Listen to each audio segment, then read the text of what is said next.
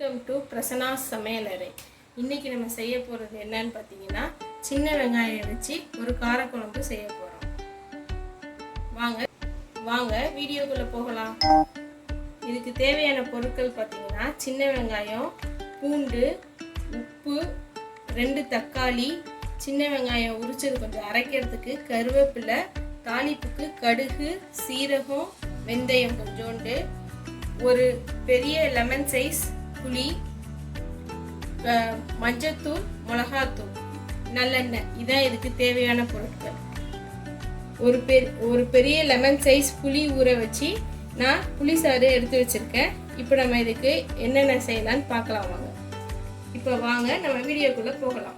First கடாய் வச்சுக்கிட்டு நல்லெண்ணெய் கொஞ்சம் ஊற்றிக்கோங்க, நல்லாவே ஊற்றிக்கோங்க. காரக்குழம்புக்கு எண்ணெய் மிதக்க இருந்தால் தான் நல்லாயிருக்கும்.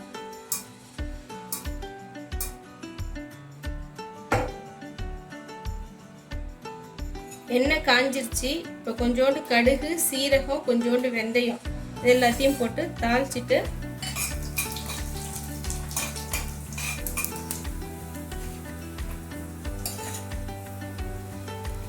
இதெல்லாம் பொரிஞ்சு வந்த உடனேயும் கொஞ்சோண்டு கருவேப்பிலை,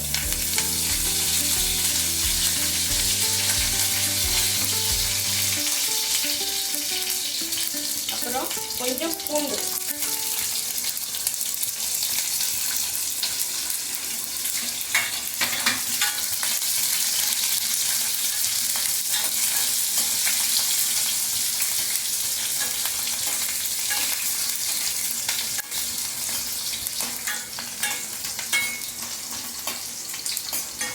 பூண்டு லைட்டாக கலர் மாறினதுக்கப்புறம் சின்ன வெங்காயம் ஃபுல்லாக கட் பண்ணக்கூடாது, கொஞ்சம் கட் பண்ணி இந்த மாதிரி இதுதான் கட் பண்ணி கொஞ்சம் பெருசாக கட் பண்ணி வச்சிங்கன்னா அப்பப்போ வாயில் கிடைக்கும் போது நல்லாயிருக்கும் டேஸ்ட்.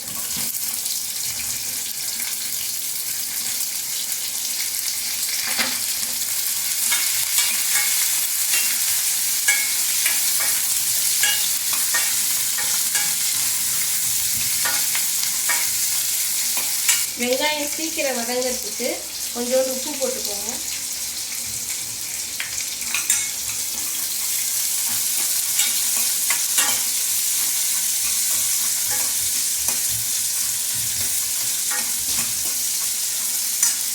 இப்போ இது வதங்கிட்டு இருக்கும் போதே நம்ம 2 தக்காளி, சின்ன வெங்காயம் ஒரு 4, கருவேப்பிலை கொஞ்சம், இது எல்லாத்தையும் மிக்சியில் போட்டு பேஸ்ட் பண்ணி எடுத்துகிட்டு வந்துடணும். வெங்காயமும் பூண்டும் ஒரு 80% வதங்கிடுச்சு. இதுக்கப்புறம் இப்போ நம்ம தக்காளி, கருவேப்பிலை, சின்ன வெங்காயம் கொஞ்சோண்டு போட்டு தண்ணி ஊற்றாமல் அரைச்சிட்டு வந்தோம், அந்த பேஸ்ட்டையும் போட்டு வதக்கிக்கலாம் நல்லா.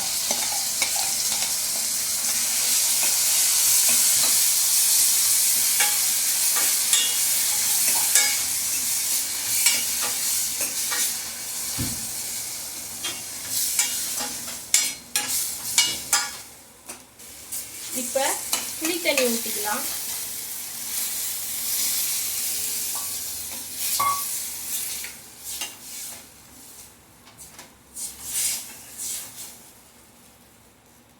புளி தண்ணி ஊற்றினதுக்கப்புறம்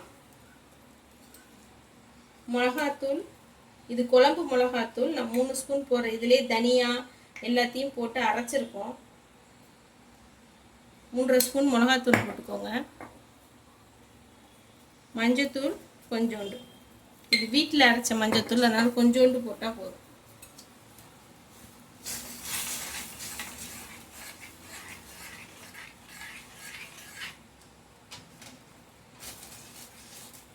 இந்த ஸ்டேஜில் உங்களுக்கு உப்பு கரெக்டாக இருக்கான்னு பார்த்துக்கோங்க. உப்பு கரெக்டாக இல்லைன்னா போட்டுக்கோங்க. நான் ஃபஸ்ட்டே கொஞ்சம் போட்டேன், இப்போ பார்த்து போட்டுக்கோங்க.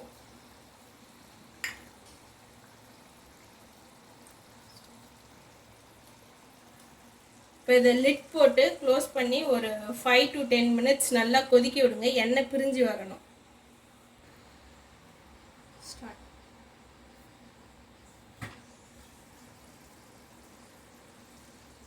குழம்பு நல்லா எண்ணெய் பிரிஞ்சு வந்திருக்கு பாருங்க.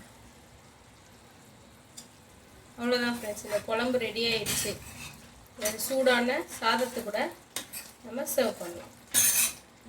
இப்போ பார்த்தீங்கன்னா சுவையான காரக்குழம்பு ரெடி.